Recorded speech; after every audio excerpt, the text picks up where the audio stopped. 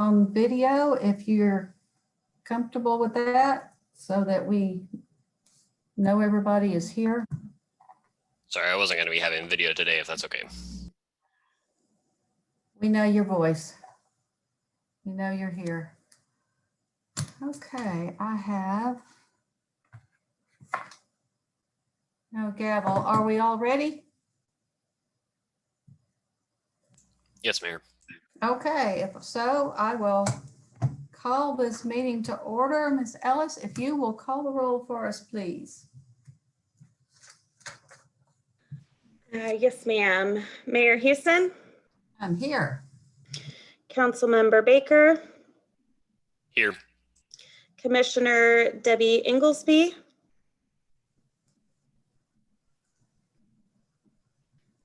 oh, I see you. I think you're Saw on her. I think she's still on mute. mute. Looks like her volume is kind of low, didn't come across.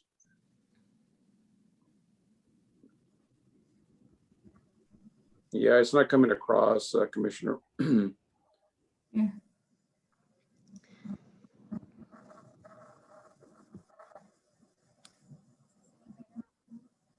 That's a tiny bit better.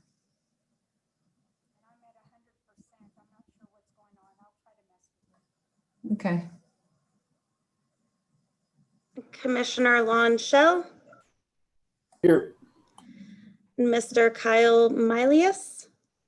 Here. All right, everyone is present. And Mayor, may I try just one more time? Is this any better? Oh, that's good. All right. Third item on the agenda is consider approval by motion of the June 5th, 2020 meeting minutes, which is on the first page of your packet.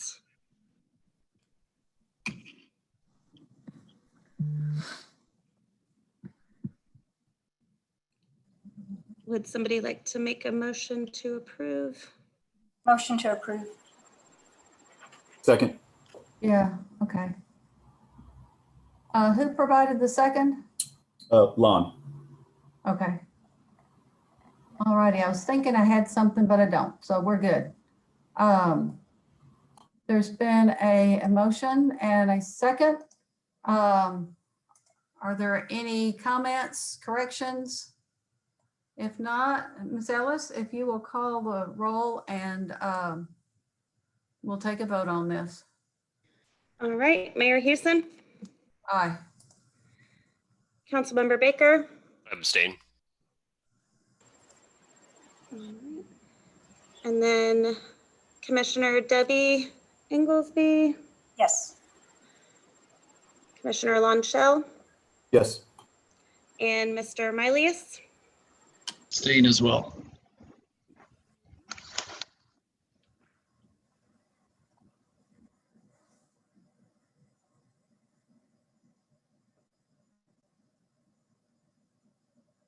All right. Next item on the agenda is an update on the downtown master plan by Shannon Mattingly.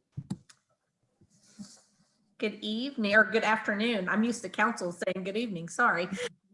Good afternoon. So just a really quick update. As most of you know, we've kicked off the comprehensive plan, and as part of the comprehensive plan, task 6 is small area plans and the downtown master plan. It's part of the comprehensive plan that MIG will be performing a detailed assessment of its existing assets and character for the area, like land uses, built form, public spaces, mobility, and amenities. And then they'll provide an analysis of the potential threats and opportunities in that area as part of the master plan. Then they'll synthesize community and stakeholder input into a preferred concept for downtown. And then the preferred concept for the downtown plan will include a detailed land use plan, an economic development strategy, retail strategy, and mobility parking analysis. And then they'll give us a conceptual design of key public realm elements for downtown as well. like I said, that's task 6 of the plan. So the plan is going on now. We actually have a virtual open house that kicked off that folks can go on and participate in that open house. It's really pretty cool. If you haven't done that, I'm happy to share a link to this committee to be able to take a look at it. And the overall process to complete the comp plan is about an 18-month process. So it would be probably summer or spring of next year before it's completed. That concludes my update. Okay, then we will move on to item 5. All right, item 5 is updating and discussing the project implementation process by Mr. Bart Fowler. Good afternoon, Mr. Fowler. How are Glad you, you're here. Mayor? It's good seeing you. Thank you again. Part of what I'm going to be talking about is proceeding the discussion you're going to have regarding the changes you may want to make to this TIRZ, the additions you may want, just kind of outlining the process that's going to be required. Once you give direction today on what you'd like to do, we'll go back and make those formal changes to the various documents that need to be revised and amended, presented a resolution to you at a future meeting for you to approve. After that, there's a notice that's required to be published in the newspaper. Let me get you the timing, because City Council has to hold a hearing on those proposed changes. That has to be published 7 days before City Council can take action. At a City Council meeting after that, there will be a public hearing to discuss the changes, the amendments, and then City Council can take action on first reading of the ordinance to give effect to those changes. And there will be a second reading of that ordinance as well. These are not anticipated to require approval by the county. The county obviously has representation on this board. There may be some discretion if you choose to go to the county. That's certainly what some communities do, but it's not a requirement the way this TIRZ is set up for these types of changes. If the changes become something a little bit different or more than we anticipate, that may become an additional step. But right now we don't anticipate going to the county unless you direct us to do so. That's the basic steps, getting direction today, and then having the publication of the hearing that's required, and then the City Council conducting that hearing and taking action at 2 meetings, first and second reading of the ordinance to give effect to those changes.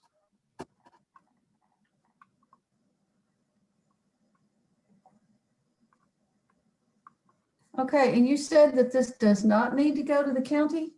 Not what, at least is my understanding of the changes, that the amendments that may be proposed. It would not require county approval the way the documents are written. Oftentimes, I do have some other cities that they still want to go back to county and have at least present it to county as an informational item, if nothing else, to make sure the county is aware of what's going on. But as far as a requirement, we haven't found anything that right now would lead us to believe this would be required to get approval by the Commissioners Court. Okay, Debbie, Lon, what you think? Did we get a copy of those changes? It's in the packet.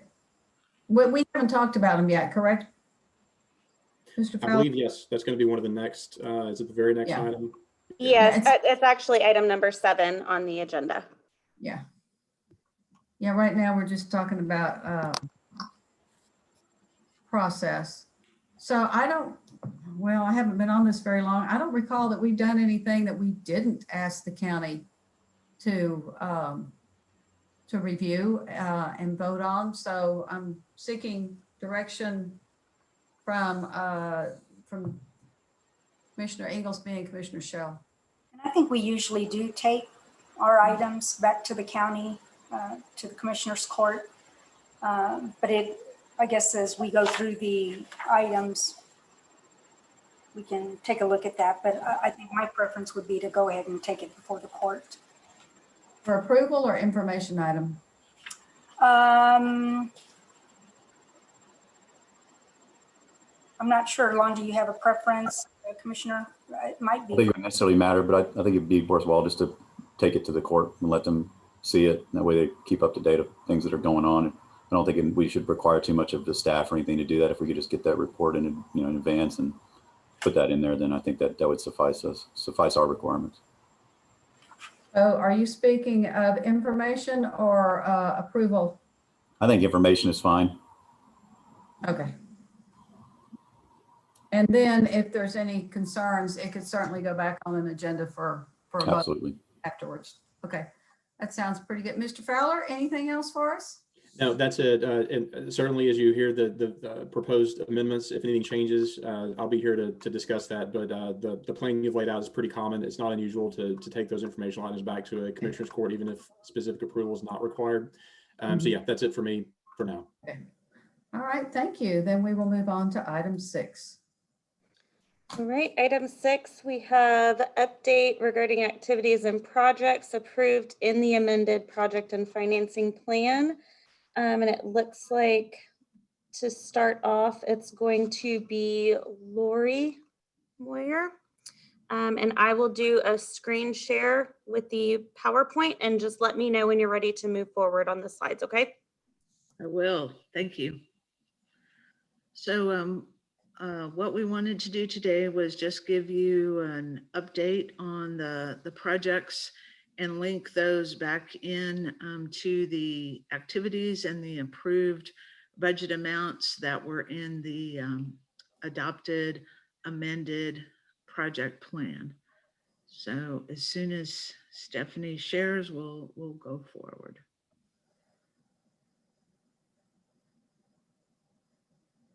Sorry, I thought it was sharing. Screen sharing Okay. is the hardest part of the Zoom stuff. Can you guys see it now? Yes. Yes, we can. If you'll put it in slideshow mode for us, it would be great. Thank you. All right, we can go to the next one.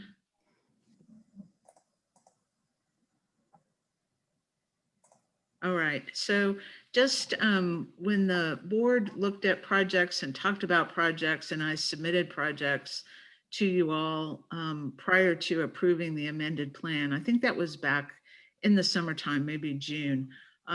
What the selection criteria was when we presented projects to you is, of course, all of these are located in the TIRZ boundary and they comply with the wording that is contained in the TIRZ plan. Very specifically when this was first adopted. And on these projects, many of them will have other funding sources other than just TIRZ funds. TIRZ funds are being used in what we would typically call our general fund category, meaning there may be other funds, water, wastewater, electric funds also used in these projects. So next slide, Stephanie.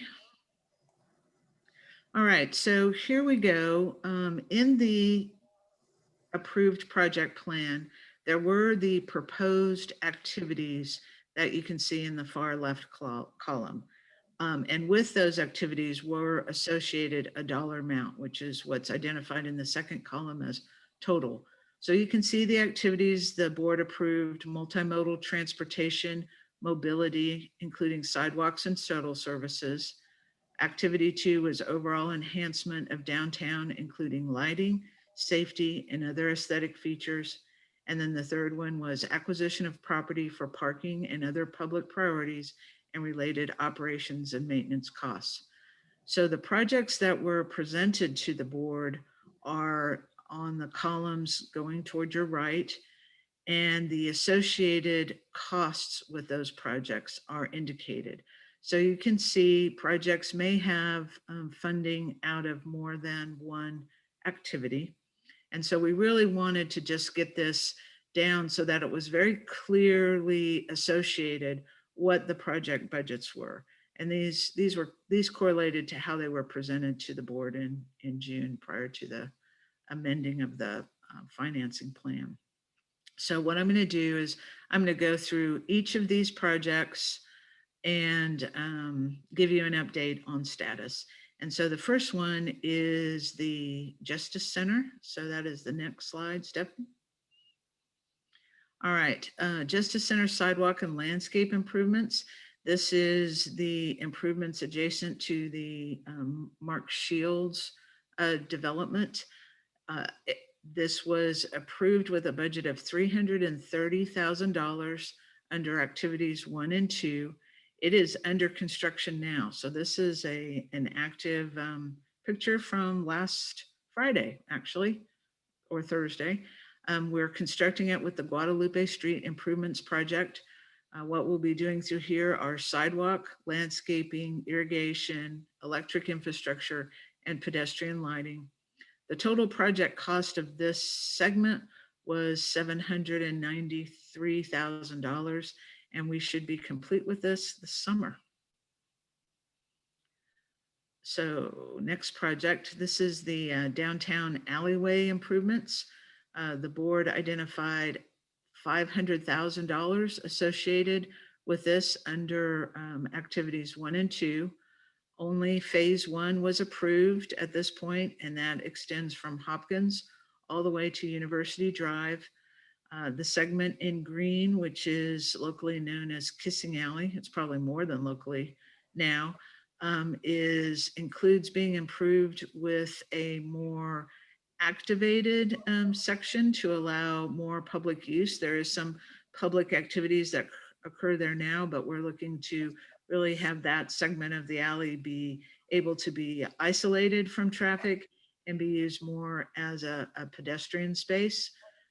This is one, well, in the remaining section of the alleyway, the red portion, we will just be improving the pavement and the utilities in those alleys, just improve the overall construction of them, the built form. So we are using TIRZ funds to replace the general funding, but we're also going to be replacing utilities in the alleyways funded separately. So we're replacing water, wastewater, storm, sewer, and then going with underground electric. So right now our preliminary design is just wrapping up, and our projection for construction is in fall of 2022. I think Councilmember Baker had a question. It showed he raised his hand. Yes, sir. Yeah, you know, thinking about that alley between, I guess like the Domino's and the Jack in the Box there on that end, where it's typically pretty torn up and they have their dumpsters and stuff back there. Are we gonna consider not having any through traffic all the way along this alley now? Is that the goal? Well, no, it wouldn't be the entire segment because there is still commercial activities that occur back there. We are only looking at limiting the area in green, which is the Kissing Alley portion. And I think that Rebecca or Josie will be able to talk a little bit more about some of the coordination that's going on with downtown and their waste.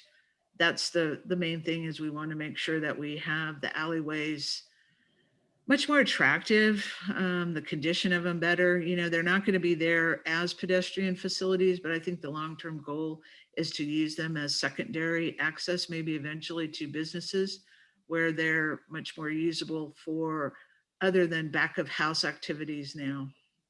Does that answer your question? Yeah, thank you so much. Okay. All right, next project. First slide. This is the Cheatham Street Flats Alley construction. This was one that came to the board very specifically as a developer request.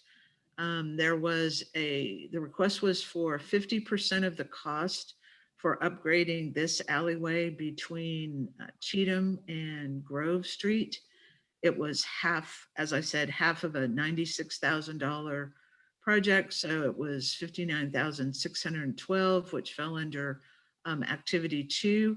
This project has been completed. You can see it right there. And the developer is awaiting reimbursement from TIRZ funds for this work. All right, next slide. Okay, I'm going to let Ms. Falletta give an update on this one.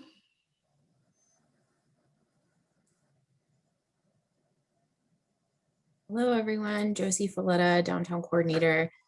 So for this project and these activities, this is $200,000 for pedestrian safety and comfort improvements.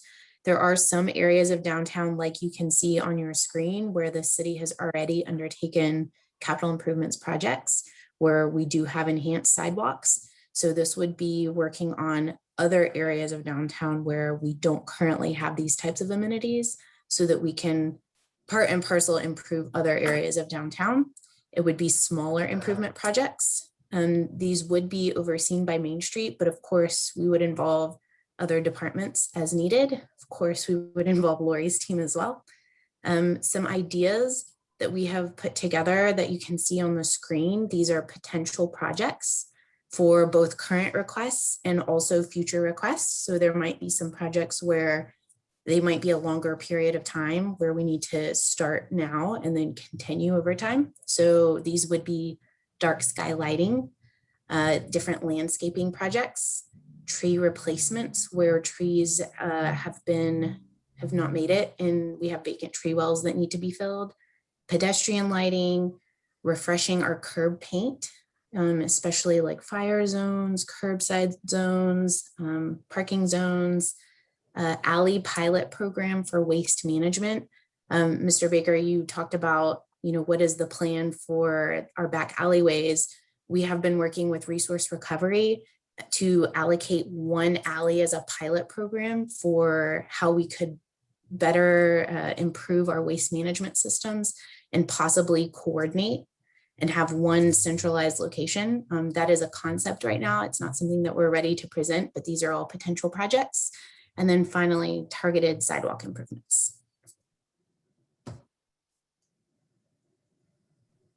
Okay, next slide.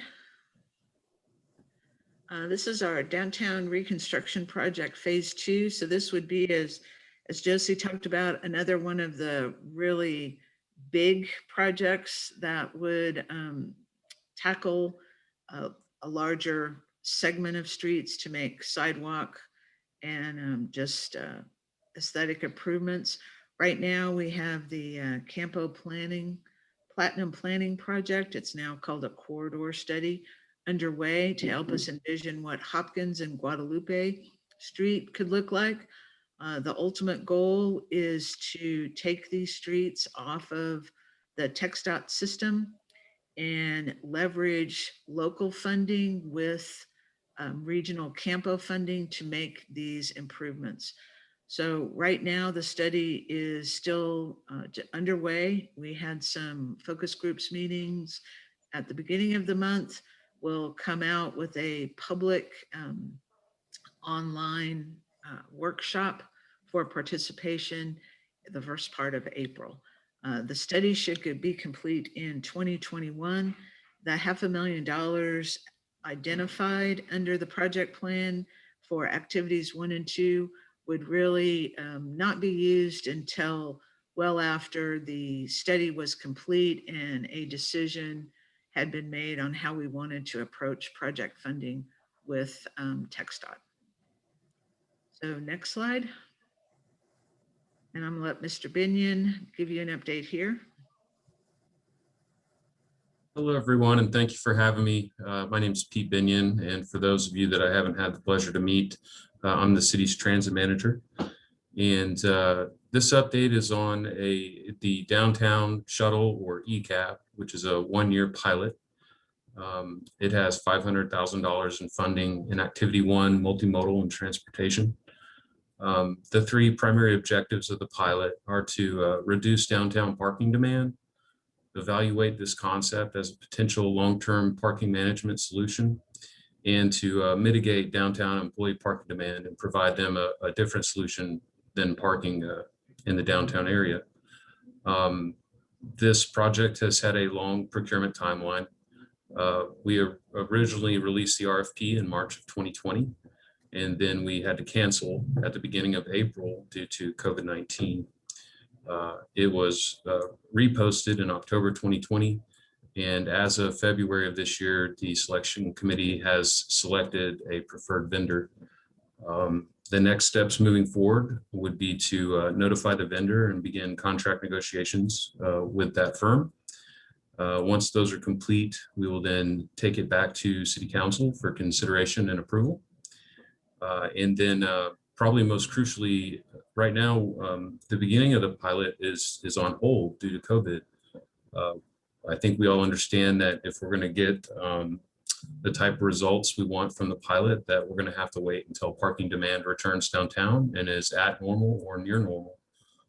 So it's a fluid situation, and we'll be prepared to update the TIRZ board as things progress, I guess.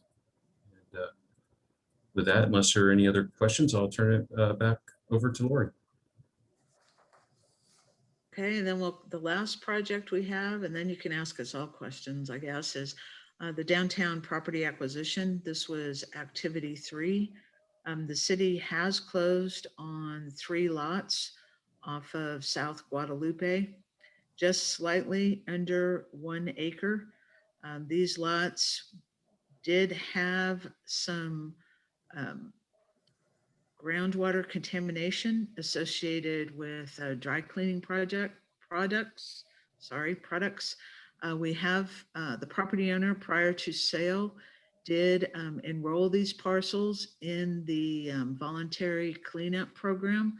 This will allow not only the parcel 140, which is the source of the contamination, but the surrounding 2 parcels and even adjacent property owners that aren't part of this to obtain compliance clearance from TCEQ. This is a good thing for redevelopment purposes. Out of that purchase price, there was $225,000 withheld for the city to use with the property owner to go through this TCEQ process. We are looking at these 3 parcels with the Campos study as a downtown catalyst site. And so those will have the out for public participation and information in April. We're right now working with TCEQ and determining next steps. The buildings are not necessarily really viable. We're going to have a site visit with internal staff, the CMO's office, to look at that. But we have had a break in there, and so they are now secured. But we need to determine whether it is in the best option for these to remain in the condition they are, or whether we would go through the demolition process, which is a rather lengthy process because this is in the downtown, and there is a Quonset hut that's a portion of 140, and that would require us to go through the historic demolition process that was constructed in the 50s. So that is the update there, and that concludes all of the projects that were identified in the approved amended financing and project plan. So any questions on any of these, we'll be glad to answer them. Mayor, I have a question, if I may, on the downtown property acquisition. I know that Lori said that they were approved through finance, whatever that title was, Lori. But I don't recall speaking about this particular acquisition in the TIRZ meeting. Was this something that we discussed, purchasing this particular property? I'm not sure that the county was aware. I might be mistaken. Maybe some of us were. I don't know, but I don't recall that conversation. My recollection, Commissioner, is that because it was specific properties when we presented these projects at the TIRZ board meeting in June, that these were not specifically highlighted in that session, but may have been alluded to during the meeting. So that's kind of what I recall. I don't recall that we went into an executive session item with the TIRZ board specifically to discuss these, but that there was mention that there were some parcels that the city was underway looking at. Is there an opportunity for future acquisition that we can better understand what properties those are before the acquisition takes place? So let me ask, this is Stephanie, and I just wanted to ask Bart Fowler. Commissioner Inglesby, because I know this was the first set of activities that we actually specifically purchased with these funds. And so we did ask our bond counsel just to really understand process and making sure that we were in compliance and that our understanding of things, was correct. And so I'm going to ask him just to kind of guide us through kind of what is required based on the different mechanisms that we have in place currently for both the interlocal as well as the financing plan. So Mr. Fowler, would you please respond to that? Yes, thank you for that. And generally, I think in the past, and what's been done is there's been a plan presented that's been approved as opposed to individual acquisitions, individual parcels that are being considered. That a plan, I believe, last year was presented that included these. Someone may correct me if I'm wrong, but I thought it included these parcels, but didn't go into great detail about each specific one, or there certainly wasn't a vote taken on each individual one. It was a general plan was approved, and then staff was given direction to implement that plan. And that's typically how these are done, understanding that, negotiations for various sites could, it could change at some point, I guess, and there may just need to be some flexibility in how the plan is implemented. But typically the TIRZ board would approve a plan, and then the staff would be given direction to go ahead and implement that.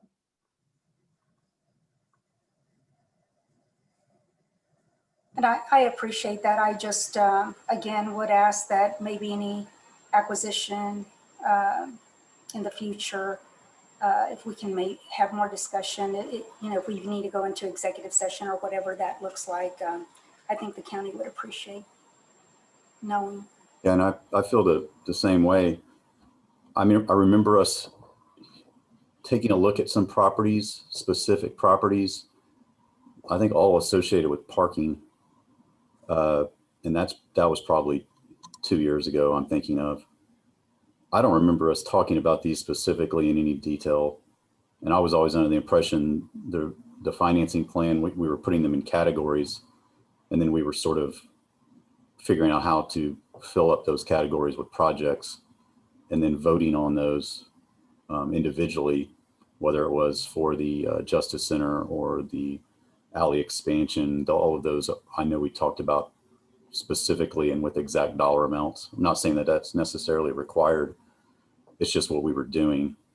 And when it was a couple slides back, there's the chart that shows the different categories and how dollars are associated with them. And some projects may have more than one funding source from those categories.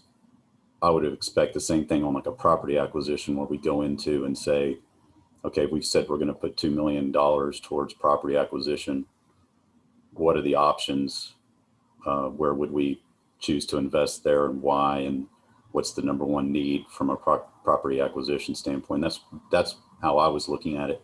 That's why I was surprised when we found out that the property's already been acquired. And I know that's already happened, so that is what it is. But I think I would think in the future we should get into a little more detail on how we spend the categorical dollars by project, and talk about kind of what the uses would be, especially for a property acquisition.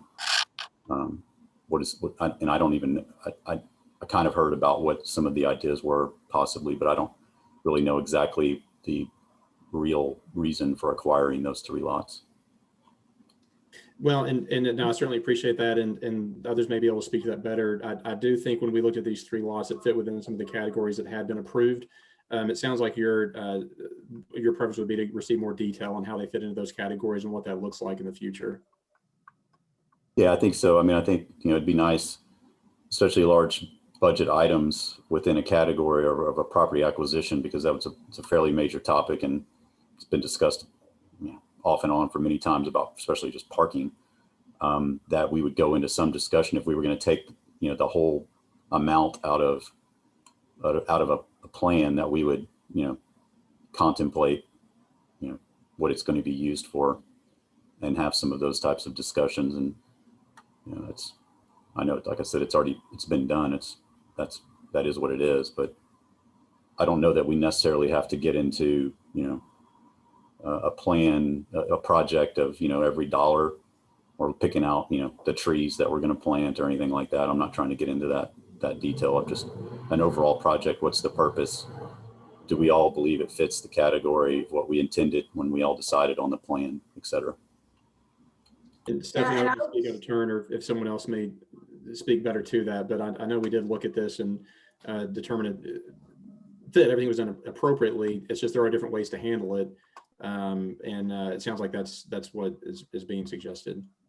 Yeah, I thought we had a more detailed conversation when we were talking about spending the money, but you're right. And we need to have more detailed discussion in the future.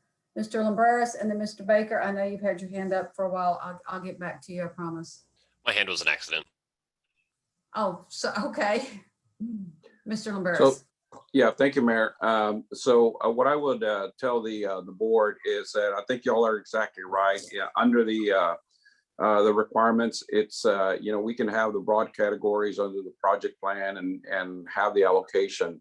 But I think what y'all are speaking to is something that we need to take as an extra step and coordinate an if a similar opportunity comes up in the future, we need to just take the time and have an executive session and brief y'all on what the consideration is. Now, it's also a balance between if there's going to be, like in this case, an acquisition where we might inform you and then let you know that that is the direction that we would recommend. However, if the board has that interest, then we need to understand that there's negotiations and things that would have to take place. But I think what y'all are asking is very much reasonable and something that we should do. And it's really our responsibility. So we'll definitely take that moving forward, and we will incorporate that extra step because it is necessary. And y'all are right. We should have done that, and just to make sure that everybody's on the same page. So we'll definitely factor that in the future. Thank you. Well, and something that I'm going to bring up under item 8 is for this board to have routine meetings, whether it's quarterly or every other month, to just meet routinely. We can cancel a meeting if we need to. But I think if we go ahead and schedule these, then we will make sure that more updates, more frequent updates will be provided. Okay, are there more questions under, Ms. Moyer, does this complete item 6 for your part of the program? Yes, ma'am. Are there any other questions on item 6 by anyone? Okay, then we will move on to item 7. All right, Marie, if you are ready to discuss the proposed tax support. Okay. For some reason, it's unable to access my video. I apologize for that. Yeah, I'm on my item phone. 7. Yeah, item 7 is hold discussion for the continued reduced tax support to the TIRZ 5 district at a 25% for FY22 and take action as appropriate. Page 14 of your meeting packet. And thank y'all for giving us these page numbers. That was very nice. Uh-oh, damn trouble going forward. Anyway, if everyone can hear me, Marie Kelko, Finance Director. In your packet on page 14 starts a couple page memo that I have drafted regarding fiscal year 22 and recommend or requesting that there be continued of the 25% reduction, or excuse me, 25% contribution for fiscal year 2022 as well. We had done that. You had approved that back in June for fiscal year 2021, which was tax year 20. Anyway, so if anyone has any questions, like I said, we're requesting that. Most of the reasons we're requesting it is one, COVID restrictions continue. It certainly had an impact on our sales tax numbers, had an impact on, we're anticipating and having an impact on our ad valorem taxes, as well as our hotel taxes and numerous other revenue streams. And our hope is that after fiscal year 2022, that we'll see ourselves rebound and that we'll be in a better place and can get back up to that 70% after that. Okay, Ms. Kelko, would you talk about the numbers and exactly what amounts we're talking about specifically that with the valuations going up, that the 70 to 25 isn't as drastic as what it might sound when you look at what we had previous years. That is correct. So for fiscal year 2022, based on a 5% increase, as you can see from the little chart in your memo from me, the last 4 years, we've been anywhere between 22 and a 31% increase in our property values in the TIRZ district, which obviously is a very good thing. We're not anticipating that. We took a number of 5%. It certainly could be as low as 0%, quite frankly, depending on when we get our estimates in April where we'll be. But taking an estimate of 5%, that would basically mean the city would recognize $638,000 that would have gone to the TIRZ, and the county would recognize approximately $422,000. And that would just be for 1 year. So it's about $1 million. The other thing that we want to make sure we keep in mind with this is based on the project financial plan, we're looking at approximately $4.2 million in projects at this point in time. And through 2021, we're looking at having in that fund about $4.7 million. So it's not that we're going to shortchange any of those projects. The only thing is we'll obviously have to build it back up for future projects in the out years. Okay, and you've got a 5% increase for 2022, 2023, et cetera. What about all this building I see going on downtown? Is that already included? Because those buildings aren't finished.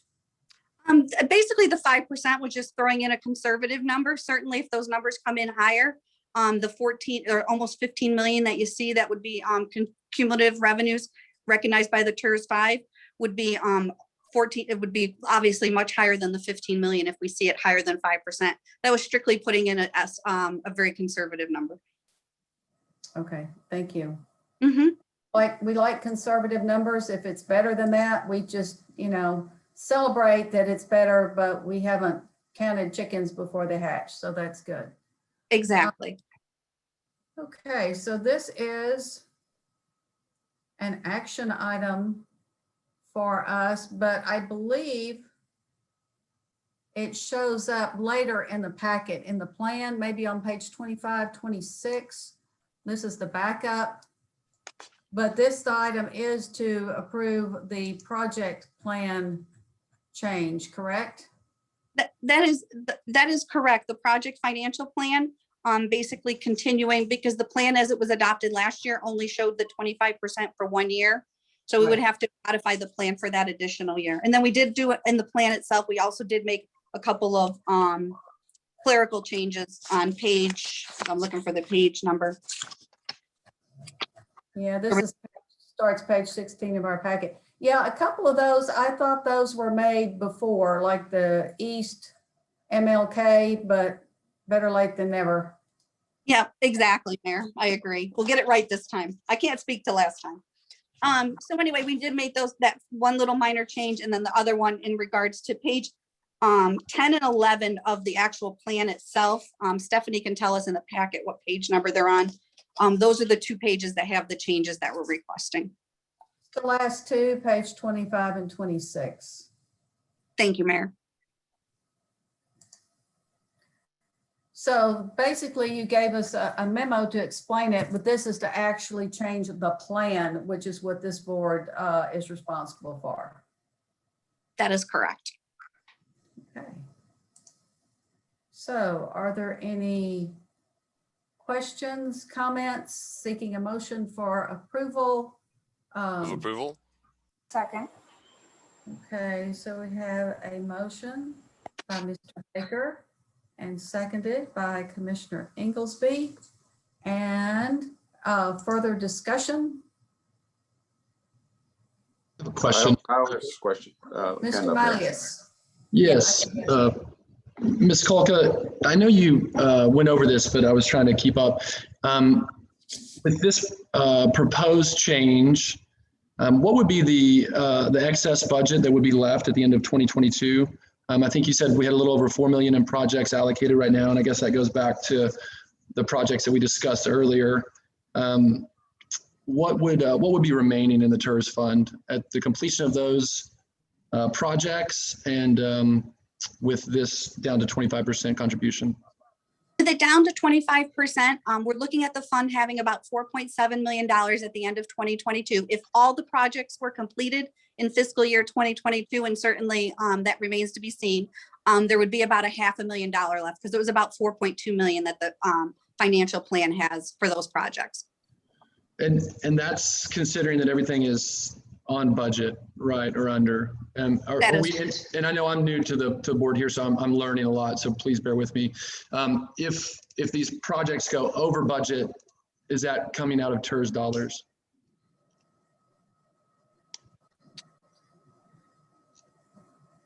Or if you could speak, I believe we would have to come back to the board if we were going to go over budget because it would change the financial plan. I don't know if maybe Lori could speak to the actual projects themselves and if we're anticipating that. So what I would add is that we would definitely come back if we felt the need that the projects were going over budget and that we were not able to find replacements for that within the city's budget, then we would come back to the TIRZ board to have the project plan amended. Thank you, Ms. Moyer. So if this is the part where the downtown guy advocates for keeping dollars downtown. So if we were over budget a little bit, the chances are strong that we would probably be coming out of these, you know, the $500,000 that would be the total remaining funds in the TIRZ funds. And then we would be essentially depleting the majority by the end of 2020. 2022, the majority of the funds would be depleted, potentially leaving us in a position where we would not be able to be in the running for any property acquisition or anything like that in the downtown area. Is that correct? Until the next fiscal year, when we got back up and started to replenish it, which will be in 2023. If you depleted that 500,000, then you're correct. Okay. And I personally think that the next couple years are going to be where the most opportunities are going to present themselves downtown as far as property acquisition. You know, I think we're going to see a lot of downtown commercial property owners that are going to potentially be forced to look to selling some of their properties and some of their buildings downtown. So just for the sake of discussion, I think it may be a dangerous time not to have anything in the piggy bank to be in the running for any of these properties. And that's kind of my comment. I'll just leave it there and let everybody else discuss. I have a question when we're talking about 2023 and the funds that would be coming in. Is that the funds? Is that what's going to get assessed in October of that year and we don't receive in January till the following year? Or is that what we're going to receive? When it says 2023, is that what we receive in January of that year? That's correct, Mayor. So for 2022, that's the tax year, which is our fiscal year of 2023. So which would be that January. Okay.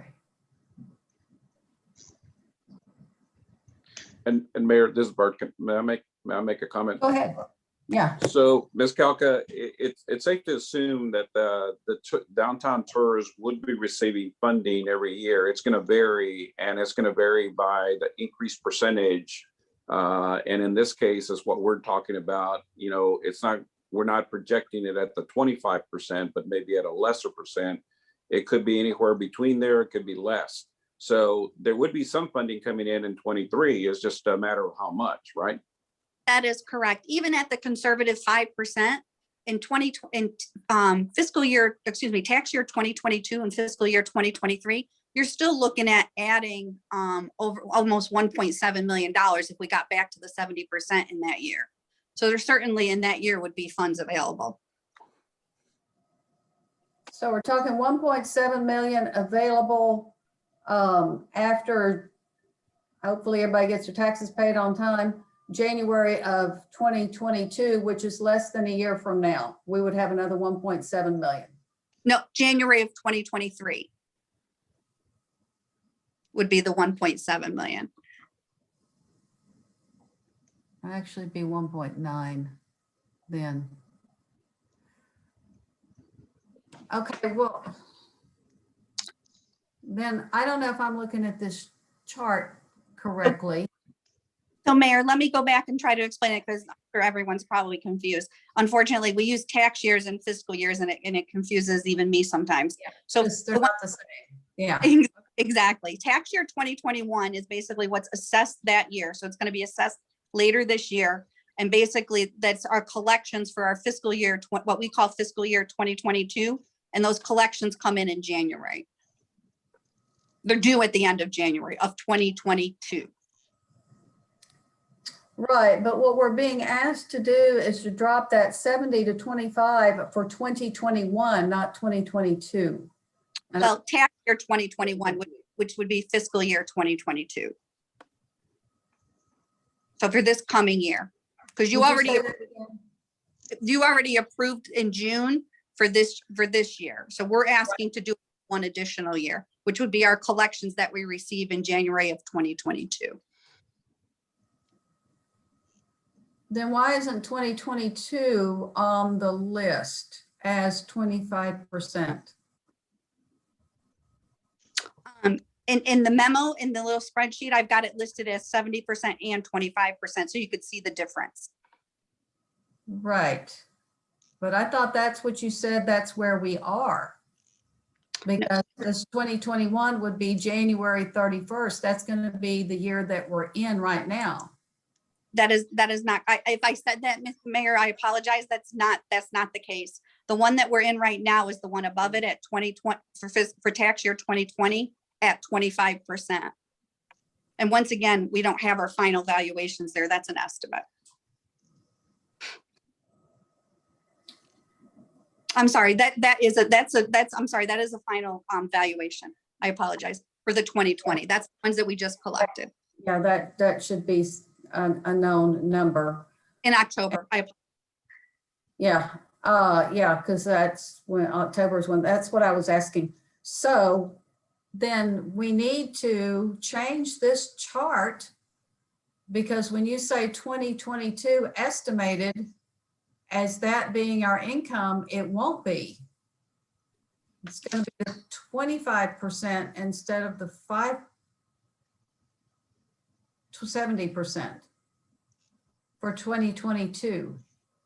For fiscal year 2022, the one that says 25% is what we're asking for. And if you look in the plan on pages 10 and 11, that's what we reflect. Ms. Kalka, is there a way to do a screen share of what you're looking at, just to make sure everybody's looking at the same thing? I'm looking at the last page of the packet, which is page 11 of the plan. Stephanie, if you could bring that up, please. Thank you. Ms. Eller. Give me just 1 second. I'm pulling it up right now. Yeah, same document as we had before. So what's estimated in 2022 on this chart is tax year 2022, which will be received fiscal year 2023, correct? That is correct. And that is going back to the 70%, is bringing us back to that 70%. The only years that we're asking for the 25% at this point is for tax year 2020 and tax year 2021. And 2020 is already, I mean, that's a done deal, right? So we're talking about 2021. That was approved last June. So tax year 2023, we will collect when? In January of 2024. Yeah, that's what I asked earlier, and I understood you to say tax year and we collect it in January, which surprised me because that's not, you don't know that until the following January. Correct.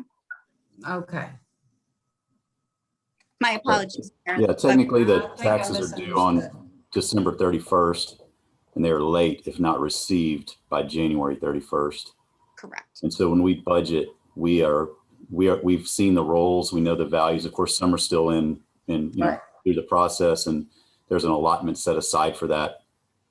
percentage is taken off for anything that's being challenged or in a different process. And then we set the Right. budget. We're then assuming, and we always hit 99% of that within, early next year. And then usually if you go back 5 years, our collections are 99.9% of what we assumed they would be at that process. And I think also good to point out that on that page 11, the assumption has already been made on that total that it would go to 25% for this next cycle. I think that's something that could be confusing. It's already assuming the cumulative is already assuming that we're going to use the gray column, which is at the 25%. So when you look at 2022, that would be assuming we go down to 25 and then back up to 70 the following year. That is correct, Commissioner. And I can understand Kyle's point, and I definitely think that he may be right. I hope he's not. I hope that the property values stay strong in downtown and businesses flourish. But I know there has been some things that would make us feel like that may not be the case. I know there are some things going on. So I definitely see his point. I will say that from the county's perspective, we have usually tried to follow the lead on the city, since it is technically a city TIRZ that we participate in, and we are very grateful to be part of this, and grateful that it's taken a turn from where when we first envisioned this, it was just one property for the most part. In that, I think some really good ideas have come through to expand this, and we've seen that, and then we've seen the growth. And so the county's kind of looked at it as a way to participate in downtown. And we've always felt that it should be about as balanced as possible, although our rates will change as you can see, and they'll change over time, and the city's rate is a little higher. So, but we've always tried to follow the lead of the city, since it really is a city TIRZ that they are allowing us to participate in via agreement. And to keep it balanced, I think we definitely need to try to keep the same allocation percentage from both parties, whatever that is. And that's why last year when the city asked us to do this, I thought that was a reasonable request, and thought that they were trying to prepare themselves for something that no one really had much certainty on. And that and then if that's the request for the next year, I would be supportive as well. Again, understanding that it is their TIRZ. Ms. Eller, could you close out that right panel and make this much larger for us to all see on the screen?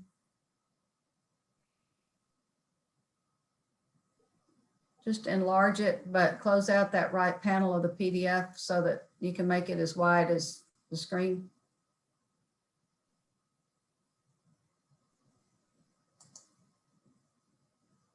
Okay, whenever we look at adopting this, we need to take out one of these rows, one of the shaded rows, correct? Actually, what really is that schedule, I guess I would ask Mr. Fowler to kind of weigh in on that. The page before it on page 10 is where we're talking about the 25% for that next fiscal year. So. Yeah, I always go to the charts. I go to the, before I look at the we can certainly, the chart's going to be misleading if it's an option there and we don't change it before we adopt it. One of those lines needs to go. Okay. I agree, especially because, Marie, when you look at the 2020 and the board adopted the 25%, and it's only showing that, not showing the 70%. So I could see how that would create some confusion if they're taking the same exact action in the subsequent year. So I do agree, Mayor, that would create some confusion. Yeah, we just need to get rid of one. In this regard, just briefly, Stephanie Eller and I visited briefly late last week, and it was my understanding that you're going to be presented options like this, and you're going to make a selection at which point the columns would be deleted or the revisions made based on what you decide today. Yeah, it's not columns, it's rows, but yeah. Okay, and I'm still off here because that 2022 estimated, is that at 70 or 25? That's at 70, isn't it? That goes back to the 70%. That is correct.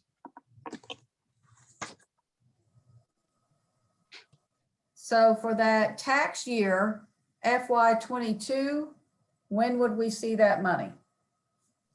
Those would be in January of 2023, which is our fiscal year, when we're working on our fiscal year 2023 budget. Okay.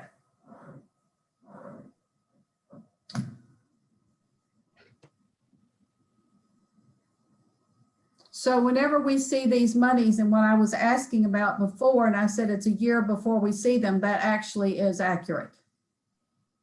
It is The year that we see them. the tax year is the year before, correct? Okay. All right, so I would entertain, which I didn't, I do have a motion and a second to adopt this report. We need to do something on the screen here. And I don't know which way Mr. Baker and Ms. Inglesby was going on that. I assume it was the 25%. And so we need to, oh, we need that screen back, please, ma'am. It looks like I think Kyle might have a question. Yeah, I want to make sure that we know what we're talking about here, and then Okay. I will go to the people who have their hands raised. So what we're going to need to do is we're going to need to delete that first grade outline, and then we'll take out estimated at as an amendment. So that's what I'm looking for. Mr. Melius. Just a quick question. I know that the budgetary shortfalls are massive for the city and for the county. Could y'all help me understand a little bit better where these funds would go if they're not going to the TIRZ fund downtown? Good question. Those would go back into our general fund because that's where property taxes go. So they would basically go towards the general fund. So it'd be our regular city operations, our public safety, our parks, our general government operations.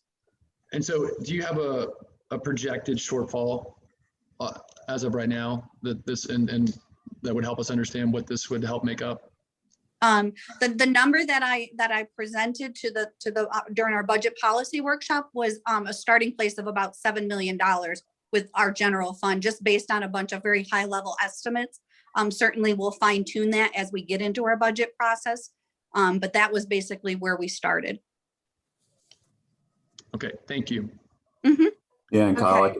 I can add a little bit that, you know, for the county, that's that difference there between the 656 and the 234, you know, $400,000 and change. That's about the difference. So that 400,000 not allocated to the TIRZ goes right into our general fund and then would be budgeted and allocated for various M&O services. This doesn't include our road and bridge tax. So this is just the M&O side. And for us, we do not have the same level of sales tax that a city has. So I can see where the city has some uncertainty, especially on the sales tax side, understanding the percentage that of their revenue that comes from sales tax. It's 3 times the county's. So I do see that perspective from them. From the countywide as a whole, our sales tax has looked pretty good. Again, we do not use as much of a sales tax total. And then from trying to predict ad valorums is difficult just on property valuations. And what I would normally say is from the county's perspective, especially in a time of recovering from a pandemic, we would likely not try to raise taxes, what most would call it raising taxes to pay for shortfalls. And so when we see a higher valuations, we lower the tax. Last year, the lowering of our total tax rate came from the road and bridge, which is why you see the tax rate for this time being plugged in as being a little bit higher on the M&O side, but we still were able to lower the overall tax rate. So as property values went up, we lower the rate. Now in reverse, what would happen is if property values went down, you would then technically raise the rate to maintain the same level of revenue. That would be worst case scenario. I wouldn't see the county actually trying to bring in, raise that to bring in more tax dollars from our citizens during this time. And we've been very fortunate because those growth numbers you see here in downtown, though not necessarily replicated across the county, are very, we have seen 15% increases in property values. And so we've kind of been able to grow in that way. If we do see a situation where we see no growth in property values, and we see a lot of, and I would imagine at the same time, we will still see a lot of challenges to their appraisals, because many, especially the businesses, which make up a huge chunk of our property valuation, are going to make some very good arguments if they haven't had renters in them or if they haven't been able to use them for their business. So I think that's really where the uncertainty comes, especially from the county side. I think the city has that plus a lot of sales tax uncertainty, but for the county, it's mainly that kind of worst case scenario on the property value side, especially with commercial property. Yeah, that's super helpful. I appreciate that. And that almost speaks to why that 5% or lower could actually be in play, right? Because there's going to be a lot of objections to any increase over the next several years, I would imagine, right? That's sort of my feeling. We with the values going up as high as they have, and just everywhere, and then some taxing jurisdictions which have raised rates even during those times. Most, I don't think, haven't around here. But that looking at your value, it is hard to do. Now, I understand on the market right now, I think people are actually, for residential properties, are actually getting values much higher than they probably would have ever thought. But yeah, still, it's so shocking because it is so high and so steadily high. It used to be you might have a jump every now and then. It's been for the last 3 or 4 years. So I have a feeling, especially those commercial property owners, if they have lost days with tenants, if they have lost things like that, they're going to have a very strong argument to go and protest and say, the valuation of my property needs to be changed. And look, it needs to go back 4 years. I mean, as far as what I think it's worth. Now, I think we won't know that. We'll have a little better feel for that probably in May. That's about the time when those notice of appraised values go out.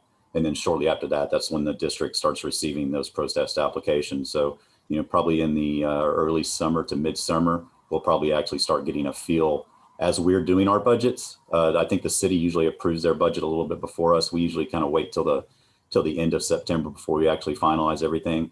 But by the time the city's into their process of approving their budget, I think we'll have a really good feel about the situation out there.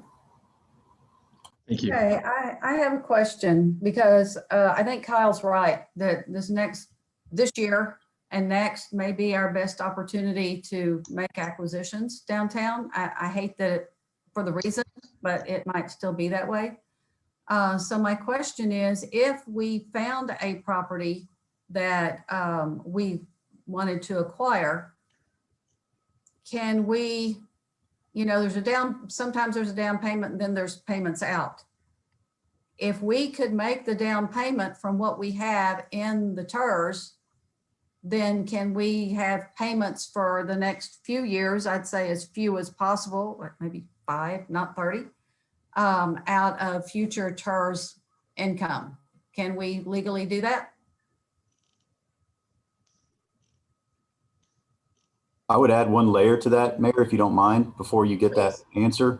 You bet. Would be, could we reimburse ourselves with TIRZ funds? For instance, if something happened in mid-year, right, and we go, hey, there's an opportunity, we all say, hey, it's worth doing. Could we reimburse ourselves in future years, over time even? Would that be an option as well?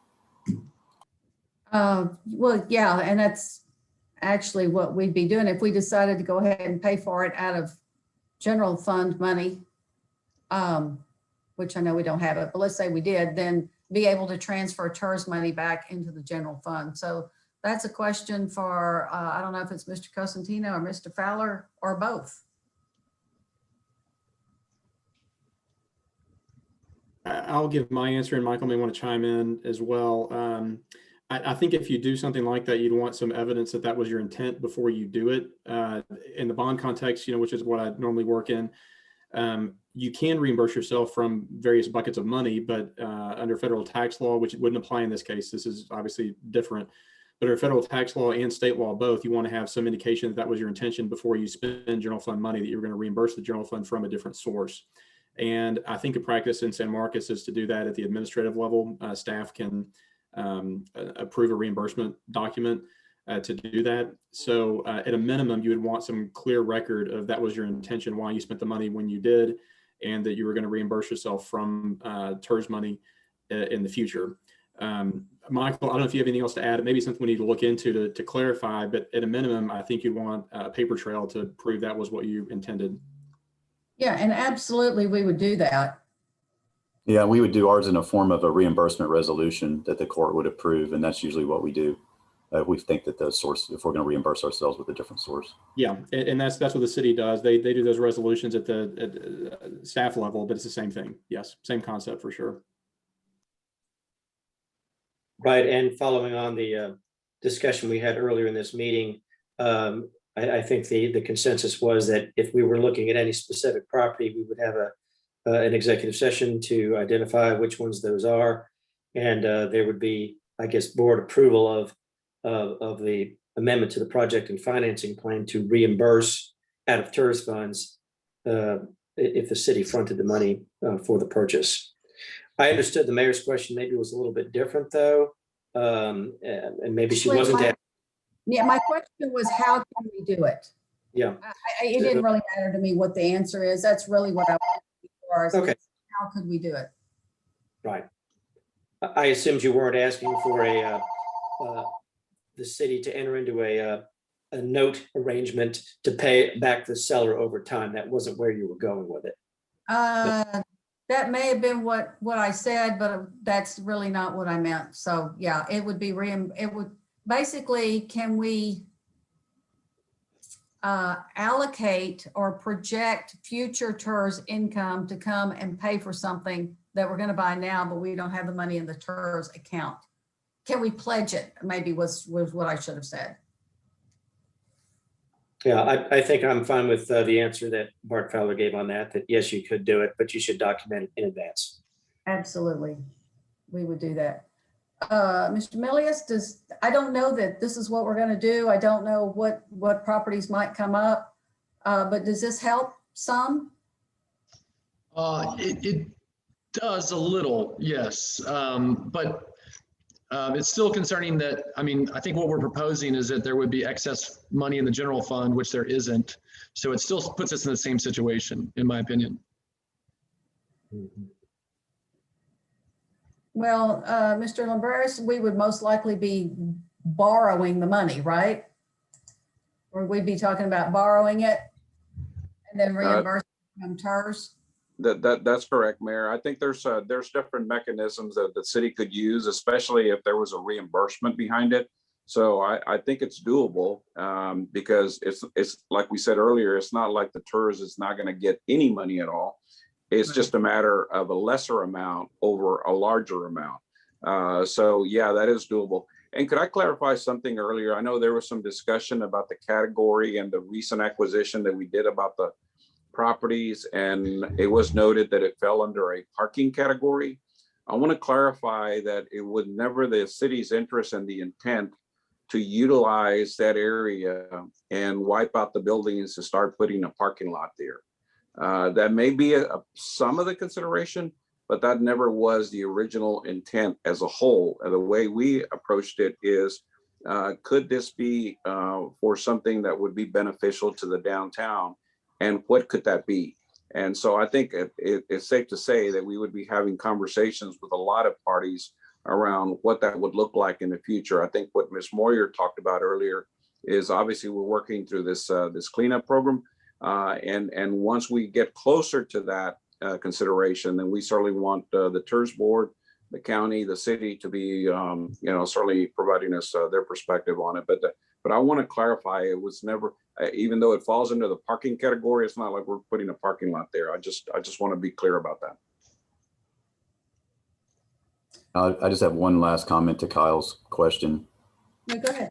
One thing that we could also consider that we do is we don't spend every dollar that we budget every year. And so at the end of the year, funds roll into what we just call our reserves. So that reserve balance increases every year. And my philosophy has always been that, we don't want to tax people and just take their money, put it in our bank account. We'd rather let them have those dollars to spend. And we try to just fund what we believe is necessary and responsible level of county government. And so we usually do spend our reserves down. I think we've done it as much as maybe 7 or 8 million and maybe as low as $1.5 million, depending on the years and what that balance looks like. Our goal is to maintain between 5 and 6 months of funds for the operations of the county. So if we can fund 6 months of operations of the county, we'll spend those reserves down. something we do then is sometimes we just budget for capital projects because they're usually one-time expenditures. We don't fund recurring expenditures out of reserve funds. So if in the budget process, if we all still felt that, hey, this 25% is prudent, we could consider, and I would make that argument for the county. Of course, Commissioner Inglesby can chime in too, that we could set aside some of those capital project funds that we would budget out of our reserves. We could do that, and then they would be then included there in the event that they were needed. We could use those to make an expense and then get reimbursed potentially even later through the TIRZ or not, just depending on how we want to do it. But that would provide us with some flexibility without affecting a tax rate to take something out of reserves, assuming we still have an increase in our reserves. We could take, that difference for us, it looks like it's about $400,000. We could take something close to that, put it in, and usually we have that already into one of those capital project accounts, budget it there for one-time expenses. And in the event something happens, we have something we can lean on. Yeah, that's helpful. I think my concern is just the lack of flexibility. You kind of said the key word there is I don't want to put us in a position where there's going to be so many things that I think that are unforeseen to us right now. And I don't want to be in a position where we don't have options. So yeah, anything like that or what Mr. Lumbreras mentioned as well, that gives us the ability to not miss an opportunity. Because as y'all know, we never know when they're going to present themselves, and we never know what's around the corner, as last March showed us. So that's my concern. So I'm good, and I will. I appreciate everybody's help in answering some of those questions, and I will be quiet, and we can move forward. Well, you brought forth exactly what you need to be bringing forth, so in your role. So thank you.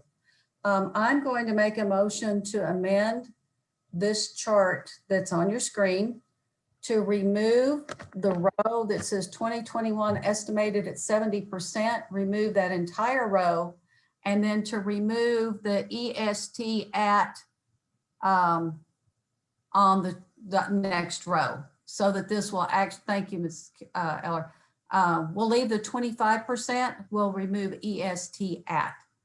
And so that way we know that this was a 25% year, just like it's clearly depicted on 2021. So that is my motion to amend, and I'm seeking a second. Second. Thank you, Mr. Baker. So are there any questions on this particular amendment to basically just clean up this chart and show exactly what we did? Okay, then let's vote on this item. Ms. Eller, if you would, what I call going around the table with the board and ask for their vote on this, please. Yes, ma'am. Okay, I know you. So if you motion and then they second, I still would call you guys in the vote, correct? I'm sorry, this is my first. Well, you can kind of make the assumption we probably vote for it.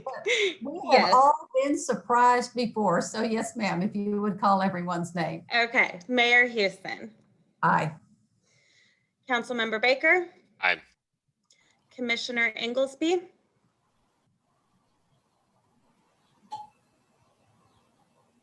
You're still on mute, Ms. Inglesby. Sorry, yes. All right. All right. Commissioner Schill. Yes. And Mr. Milius. Yes.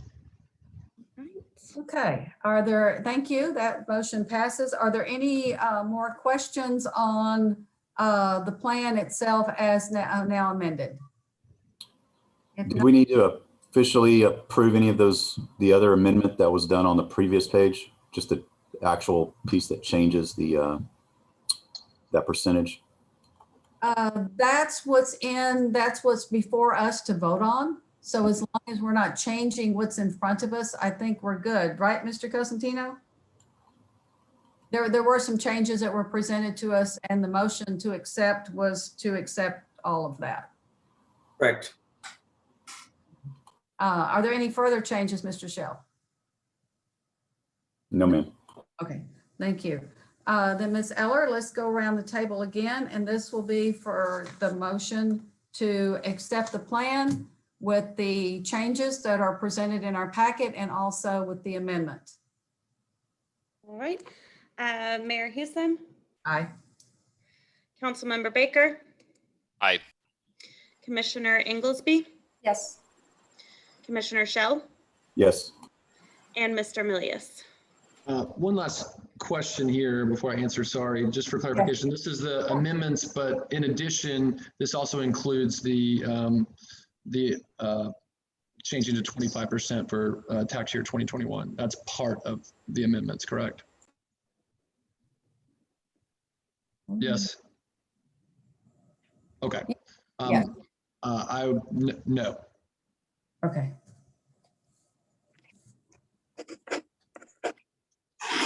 Motion passes. And we have concluded item 7, and we are now at item 8, future agenda items. I noted earlier that I think we ought to have routine meetings. I'd like to see some routine reports on these projects as they're coming along. Mr. Lamberis, what would be a reasonable time to expect project updates? Is monthly too fast? Yeah, Mayor, I would think that monthly is too fast. I'll let Ms. Moyer give us her perspective, but I think monthly would be a little bit too quick. So Ms. Moyer, do you have any thoughts in terms of what you would recommend? Oh, and Mr. Lamberis, where I was going with that is, I don't think that, and y'all could overrule me, but I don't know that we need to meet just to get project updates. We need to meet when we have decisions and discussion that we need to have. But I was thinking if we choose quarterly or every other month, that we could get project updates in between that would tell us what was going on. So that's why I said monthly, wasn't to meet monthly, but so that we could have some project updates perhaps even sooner than the next time we meet. But I'll let Ms. Moyer tell us what's going to be reasonable on these project updates. I think that quarterly would probably be the best option at this point for us to give you updates. Just written memos quarterly? Yes, or else I can, if you're meeting quarterly, I can do a quick PowerPoint just like we did today, just to give you an idea. And if there's discussion or input that the board wants to make, certainly that would give them the option to do that. Okay. Personally, I would like updates more often than that, because I hear what's going on, and when I hear from folks downtown and I haven't been given anything, that's not a happy day for me. So I'm going to hold out for monthly, but I will ask others what they would, what's good for them.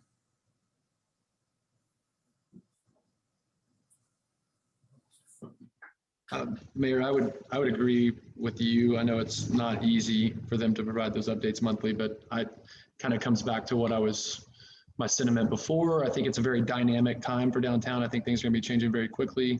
I think the more information we get right now from this super important district, the better. Yeah, for each I mean, it could be a one-page memo. I'm not talking about I need anything engineering. I don't need a lot of photographs, maybe none at times, but just even a statement. We issued the contract for this. We expect work to start at the end of next month. That could be all the update it is. It's just something short, but just keeping us up to date on what's happening. Yes, that's not a problem. The workload is not the problem for it. It's sometimes we just don't work that quickly. And so there's not a lot of change every month. So, but it's not a problem for us to give you an update. Yeah, and if it's just nothing's changed, but nothing has changed, and that's perfectly fine. But then I know that, nothing has changed. So if people ask, Mr. Lamberis, would that be okay to have something brief, but enlightening when there is some enlightenment to be had? Mayor, we can. I think the only issue that I see is that we don't have enough items on the agenda for the monthly meeting. So if we're going to have updates, it'd probably be very quick updates on anything that we have any progress on. So I think monthly is going to be too quick, but if the board decides that's what y'all want, then we'll provide you whatever information we have. So I'm not talking about meeting monthly. This is just a written report to all 5 of us, so we know what the status is. I'm okay. Meeting monthly. I'm with you now. Okay, monthly we can do that. Yes, that is not a problem. Yeah, just a one page, maybe two at times, update on what's going on. And then board, what do you think? Is quarterly?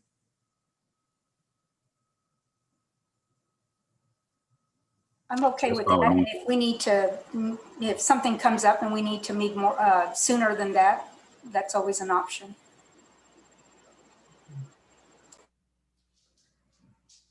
Okay, so we'll be looking at quarterly meetings, of course, like always. We'll meet sooner if we need to. And at each meeting, may we have, now this is quarterly, that we have a financial report that shows where we are on each of these categories as far as money. And I come from government background, and we used to talk about encumbering money. I assume that the city encumbers money and the county encumbers money too. So if we could see where we are on the projects, you know, the what was allocated, you know, what's been spent. And to me, if it's encumbered, it's spent. And then what we have remaining. And then maybe at the bottom of the list, dare I say it, a spendable amount, money that's not allocated in any way. So that as this TIRZ starts to build back up, that we know exactly how much money that is. I'm not saying we should run out and spend it, but at least we have some idea of what money we've got that's unallocated. And I know that we would have to change the plan. I know there's hoops that we need to go through in order to spend the money, but it would be nice to know if we have $5 or if we have 400,000 available. And that will help us with anything else that comes along. Is that okay? Mr. Lamberis, Ms. Reyes, Ms. Kalka? Yes, Mayor. I mean, just a short spreadsheet, basically the one that we have, but show us how much money has been spent. And then we'll see how much we have left over, expected to have left over. Okay, are there any other items? Future agenda items from anybody, from any board members? Okay. Any further items to properly come before the board? If not, I will ask for a motion to adjourn. So moved. Second. I think that was Mr. Shell, seconded by Mr. Baker. And Ms. Eller, let's go around the table one last time, please. All right. Everybody agreeing with the motion to adjourn. Mayor Houston? Aye. Councilmember Baker? Aye. Commissioner Inglesby? Yes. Commissioner Shell? Yes. And Mr. Milius? Aye. Okay, thank you all. We'll see you in another quarter, if not before. Bye-bye. Thank you. Have a good night, everyone. Thank you all.